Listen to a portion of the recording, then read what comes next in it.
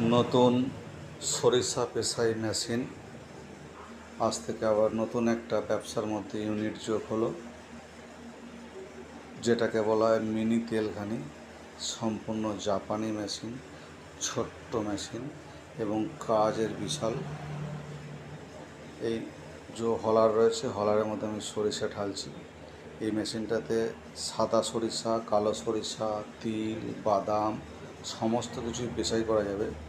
আমি টেস্টিংয়ের জন্য এখন এই সরিষাটা ঢাললাম এবং মেশিনটা আমি অন করেছি। অন করার সঙ্গে সঙ্গে পাশ দিয়ে দেখতে পাচ্ছেন খোল বেরিয়ে আসছে। আমাদের এখানে খোল বলে, খোল আসছে। আমি দেখাচ্ছি কিভাবে খোলটা আসছে এবং তেলটাও কত স্মুথলি বেরিয়ে আসছে। এই মেশিনটা ঘন্টায় 5 কিলো মতো সরিষা পেশাই করবে এবং যা দেখলাম 1 কিলো সরষাতে 350 থেকে 400 গ্রাম তেল বেরিয়ে আসছে। খোলটা দেখুন খুব সুন্দরভাবে পড়লো এবং এই তেলটা দেখুন কত সুন্দরভাবে তেলটা পড়ছে। পাটিটা আমি রেখে দিয়েছি তেলটা ধরার জন্য। স্মুথলি তেলটা কত সুন্দরভাবে পড়ছে এবং ঘন্টায় 1 ঘন্টায় এই মেশিনটা 5 কিলো সরিষা পেশাই করতে পারবে।